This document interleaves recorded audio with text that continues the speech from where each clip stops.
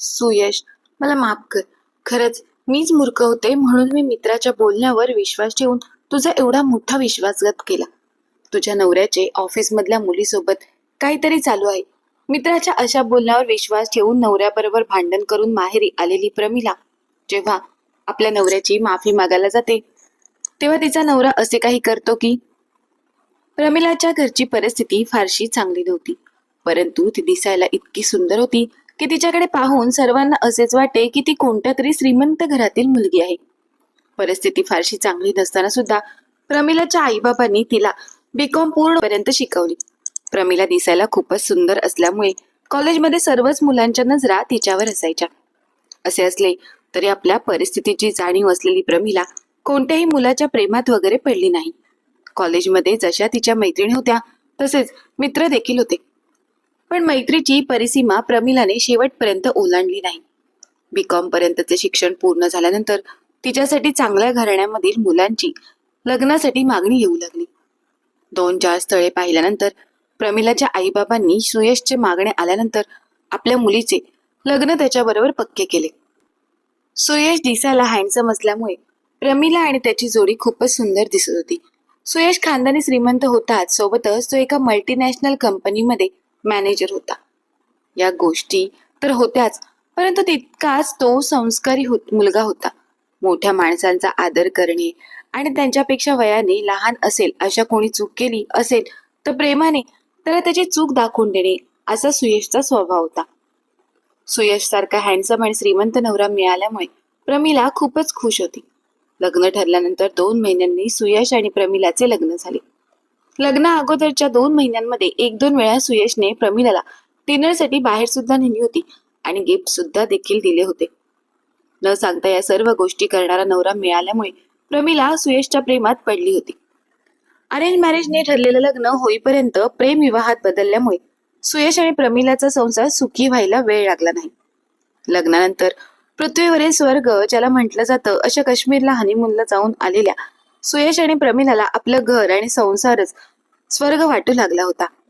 सुरुवातीचे 6 महिने अगदी आनंदात गेले, पण जेवढा सुखी संसार तेवढीच त्या संसाराला दृष्ट लवकर लागते असं म्हणतात. असेच काहीसे सुयश आणि प्रमिलाच्या बाबतीत घडले. एक दिवस सुयशच्या ऑफिसमध्ये पार्टी होती. त्या पार्टीला सुयश प्रमिलाला घेऊन गेला होता. तिथेच प्रमिलाची भेट तिचा कॉलेजमधील मित्र असलेल्या अनिरुद्ध बरोबर झाली. अनिरुद्ध कॉलेज पूर्ण झाल्यानंतर सुयश ज्या कंपनीमध्ये काम करत होता त्याच कंपनीमध्ये अनिरुद्ध सुद्धा नोकरी करत होता. काही वर्षांनी भेट झाल्यानंतर दोघांनी एकमेकांबरोबर गप्पा तर मारल्याच, परंतु मोबाईल नंबरची देवाणघेवाण सुद्धा केली. मोबाईल नंबर मिळाल्यामुळे दोघांचे अधूनमधून फोनवर बोलणे सुद्धा सुरू झाले. अनिरुद्ध सुयशच्या ऑफिसमध्ये काम करत असल्या कारणाने ऑफिसमध्ये कधी जास्तीचं काम असायचं आणि सुयशला जास्त वेळ ऑफिसमध्ये थांबावे लागायचे हे अनिरुद्धला माहीत असायचं. याच गोष्टीचा फायदा घेऊन अनिरुद्ध बरोबर त्याच वेळेत प्रमिलाला फोन करायचा आणि म्हणायचा, आज ऑफिसमध्ये थोडं कमी काम होतं, त्यामुळे वेळेवर सुट्टी झाली. आता बाहेर फेरफटका मारायला जात आहे. म्हटलं वेळ आहे तर तुझी खुशाली विचारावी, तुझं काय चालू आहे आणि सुयशराव काय करत आहेत? प्रमिला म्हणायची, मी टीव्ही बघते, परंतु सुयश अजून घरी आलेला नाही. अरे आज तर ऑफिसमध्ये कमी काम होतं असं, मी थोडा वेळ फिरून येतो. एवढं बोलून अनिरुद्ध पटकन फोन ठेवून द्यायचा. 1-2दा अनिरुद्धने असेच केले. तिसऱ्यांदा तो हळूच म्हणाला, तुझा नवरा तर नेहमीच उशिरा घरी येतो, तुला एकटीला घरी कंटाळा येत असेल ना, येतेस का थोडा वेळ बाहेर छानपैकी गप्पा मारूया? प्रमिलाने काही क्षण विचार केला. जेवण तर दुपारीच बनले होते, टीव्ही तरी किती वेळ पाहायचा?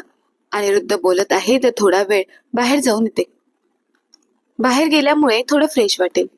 त्या दिवशी ते भेटले.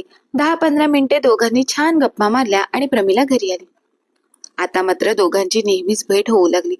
सुयश कंपनीत मॅनेजर असल्या कारणाने नेहमीच त्याला जास्त वेळ थांबावे लागायचे. सुरुवातीच्या भेटीमध्ये अनिरुद्ध आणि प्रमिलामध्ये कॉलेजच्या आणि इतर काही गप्पा गोष्टी असायच्या, पण हळूहळू आता अनिरुद्धने प्रमिलाच्या मनात सुयश विषयी विष कालवण्यास सुरुवात केली. ऑफिसमध्ये तर लवकर काम होतं, मग सुयश एवढ्या उशिरा घरी काय येतो? त्याला जास्त वेळ तुझ्यासोबत राहायला आवडत नाही का? या प्रश्नाने सुरुवात झाली. प्रमिला म्हणाली, असं काहीच नाही, उलट तो मला भेटण्यासाठी आतुर असतो.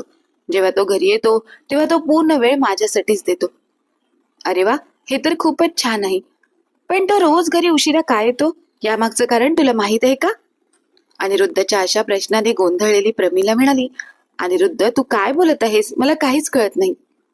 प्रमिलाच्या अशा बोलण्यावर अनिरुद्ध सावध पवित्रा घेत म्हणाला, प्रमिला, तुला राग येणार नसेल तर सांगतो. हा फोटो बघ. सुयश या मुलीबरोबर सतत बोलत असतो. ही मुलगी तिच्या केबिनपेक्षा सुयशच्या केबिन मध्ये जास्त वेळ असते. तिचं तसं काम असेल त्याविषयी मला काही बोलायचं नाही, परंतु मी ऑफिसमधल्या लोकांकडून सुद्धा ऐकलं आहे आणि स्वतः देखील पाहिलं आहे की जेव्हा सुयश ऑफिसच्या कामाची वेळ संपल्यानंतर सुद्धा काम करण्यासाठी थांबतो, त्यावेळी ही ऐश्वर्या नावाची मुलगी आहे ना, ती देखील घरी न जाता कोणती ना कोणती फाईल घेऊन मला खूप काम आहे असं दाखवून ऑफिसमध्ये थांबते. थांबून ती काय काम करते देव जाणे. पण हो, सुयशला मी समजू शकतो, तो मोठ्या पदावर आहे. पण ह्या ऐश्वर्याचं काय, तेच मला अजून समजलेलं नाही. एवढं बोलणं झाल्यानंतर त्या दिवशी प्रमिला घरी येते, तेव्हा तिच्या डोक्यात सतत त्या ऐश्वर्याचा विचार येत राहतो. अनिरुद्ध जे काही बोलत होता त्यात काही तथ्य तर नसेल ना? नाही, माझा सुयश चुकीचा वागणार नाही. त्याचे फक्त माझ्यावर प्रेम आहे. तो घरी आल्यावर माझी किती काळजी घेतो. प्रेमाने पहिला घास मला भरवतो, मग स्वतः जेवतो. प्रमिला अशी स्वतःच्या मनाची समजूत काढत होती. पण बरोबर त्याच दिवशी सुयश नेहमीपेक्षा थोडा उशिरा घरी आला आणि त्याचं डोकं दुखत असल्या कारणाने तो प्रमिलाला म्हणाला, प्रमिला, माझं डोकं दुखत आहे, मी गोळी घेऊन झोपी जातो. तू जेवून घे आणि आराम कर. सुयशचे हे बोलणे ऐकताच प्रमिलाला प्रचंड राग आला. ती रागातच म्हणाली, तुला जेवायचे नव्हते तर अगोदरच मला फोन करून का सांगितलं नाहीस? सुयश डोक्यावर हात ठेवत अगदी नम्रपणे म्हणाला, सॉरी प्रमिला, मी कामाच्या गडबडीत तुला फोन करून सांगायचं विसरून गेलो. विसरलात की कुठेतरी तोंड मारून पोट भरून आला आहात? सुयश म्हणाला, प्रमिला, मला तुझ्या बरोबर वाद घालायचा नाही. खरंच माझं डोकं खूप दुखत आहे, मला आराम करू दे. सुयशने प्रमिलाचे बोलणे जास्त गांभीर्याने न घेता तो आराम करायला आपल्या खोलीत निघून गेला. पण त्याच्या ह्याच कृतीने प्रमिलाच्या मनात शंकेची पाल चुकचुकली आणि हळूहळू तिचा अनिरुद्धच्या बोलण्यावर विश्वास वाढू लागला. एक दिवस तर अनिरुद्धने प्रमिलाला त्याच्या ऑफिस बाहेर नेली आणि गाडीतच बसायला सांगून प्रमिलाला म्हणाला, तू आता तुझ्या डोळ्यांनी बघ, ऑफिसमधून सुयश बरोबर कोण बाहेर पडत आहे. त्या दिवशी ऑफिसमध्ये खरंच काम असल्या कारणाने ऐश्वर्या देखील थांबली होती. रात्रीच्या वेळी तिला एकटीला कसं जाऊ द्यायचं, म्हणून सुयश म्हणाला, मी त्याच मार्गाने जात आहे, तर तुला सुद्धा ड्रॉप करतो. त्या दोघांच्या मनात कोणतेही पाप नव्हते, पण याच गोष्टीचा फायदा अनिरुद्धने घेतला आणि प्रमिलाच्या मनात सुयशची असलेली प्रतिमा त्याने मलिन केली. सुयश आणि ऐश्वर्या दोघेही एकत्र ऑफिस बाहेर पडले आणि दोघेही सुयशच्या कारमध्ये बसून निघाले. हे दृश्य पाहून सुयशच्या त्याच्या ऑफिसमध्ये असणाऱ्या ऐश्वर्याबरोबर काहीतरी चालू आहे या गोष्टीची जणू प्रमिलाला खात्रीच झाली. प्रमिलाने त्याच रात्री आपल्या नवऱ्याबरोबर भांडण करून दुसऱ्या दिवशी पहाटेच तिने सुयशचं घर सोडून ती माहेरी निघून आली. हे भांडण पूर्णपणे एकतर्फी होते. प्रमिला सुयशवर आरोप करत होती. आरोप करत असताना ती स्पष्टपणे त्याच्याच ऑफिसमध्ये काम करणाऱ्या ऐश्वर्याचे सारखे नाव घेत होती. सुयशने प्रमिलाला समजावण्याचा खूप प्रयत्न केला, पण म्हणतात ना, माणसाला समजून घ्यायचं नसेल तर समोरचा काही म्हणाला तरी तो चुकीचाच आहे ही खात्री होते. मग काय होणार, दुरावा येणारच ना. प्रमिला माहेरी निघून गेल्यानंतर सुयशने तिला फोन केला नाही किंवा तो तिला आणायला सुद्धा गेला नाही. काही महिने असेच निघून गेले.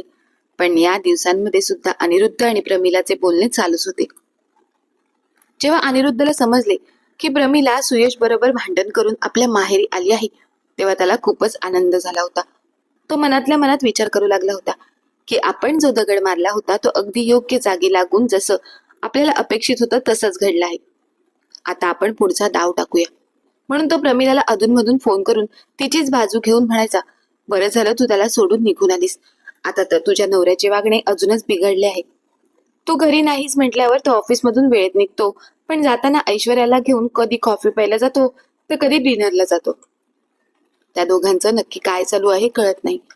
ऑफिसमध्ये देखील त्यांच्याविषयी आता चर्चा चालू झाली आहे. अनिरुद्धच्या अशा बोलण्यावर प्रमिला त्याला म्हणते, तुला काय वाटलं मी पुन्हा त्याच्याकडे जाणार आहे का? मी अजिबात जाणार नाही. त्याला घटस्फोट देऊन मोकळी होईल. दिवस असेच निघून जात होते. एक दिवस प्रमिलाच्या कॉलेजच्या मैत्रिणीचं लग्न होतं. त्या लग्नाला प्रमिलाचे कॉलेजमधील सर्व मित्रमैत्रिणी येणार होते, म्हणून प्रमिला देखील त्या लग्नाला गेली. प्रमिला आपल्या मैत्रिणीला भेटून वरच्या रूम मध्ये गेली. जिथे जेवणाची व्यवस्था करण्यात आली होती. तिथे अनिरुद्ध आपला मित्र संजयला काहीतरी सांगत होता. त्याच्या बोलण्यात प्रमिलाचं नाव आल्याबरोबर प्रमिला रूम मध्ये न जाता दरवाजाच्या बाहेरच थांबली.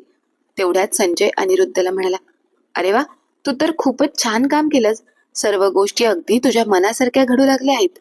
आपल्या मित्राच्या अशा बोलण्यावर अनिरुद्ध म्हणाला, अरे संजय, तुला तर माहीतच आहे ना, मी कॉलेजला असल्यापासून मुलींना पटवण्यात किती हुशार आहे. आणि तेव्हापासूनच प्रमिला मला खूप आवडते. कॉलेजमध्येच तिच्यावर माझी छाप पडावी म्हणून मी खूप प्रयत्न केले, पण तिने कोणताही प्रतिसाद दिला नाही. आता मात्र ती स्वतःहून माझ्या जवळ येत आहे. तिच्या नवऱ्याचे आणि ऑफिसमधील एका मुलीचे मी लपून फोटो काढून तिला दाखवले. त्या दोघांचं तसं काहीच नाहीये.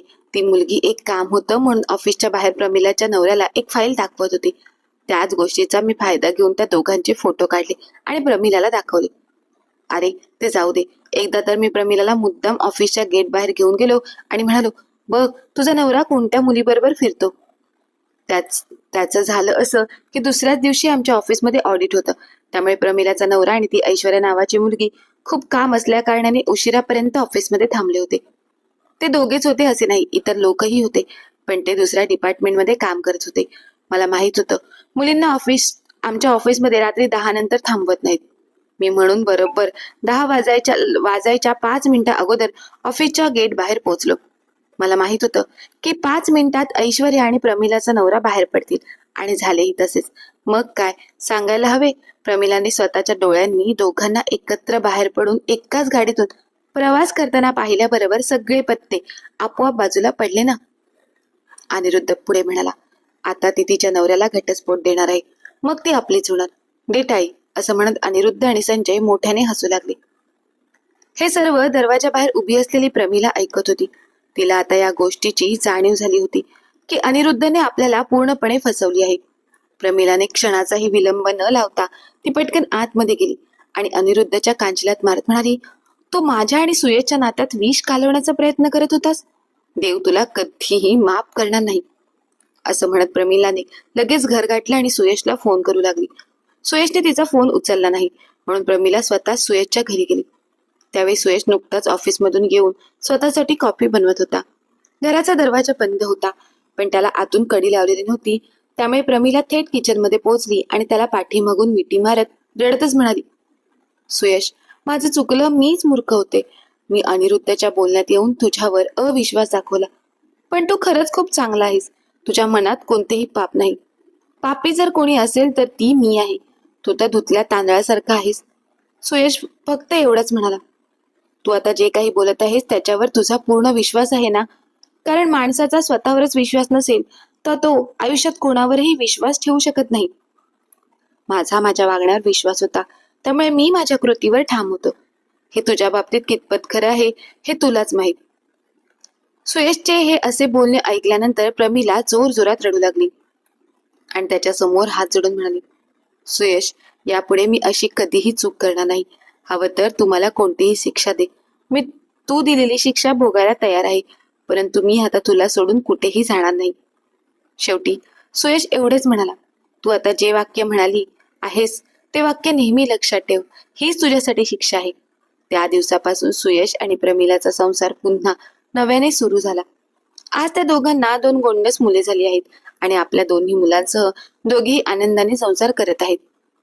या कथेतून आपल्याला ही शिकवण मिळते की आपल्या माणसावर आपण सर्वात जास्त विश्वास ठेवायला हवा, परंतु उलटच घडते. आपण दुसऱ्यांच्या बोलण्यावर जास्त विश्वास ठेवतो आणि स्वतःची माणसे आपण आपल्या चुकीमुळे दूर करतो.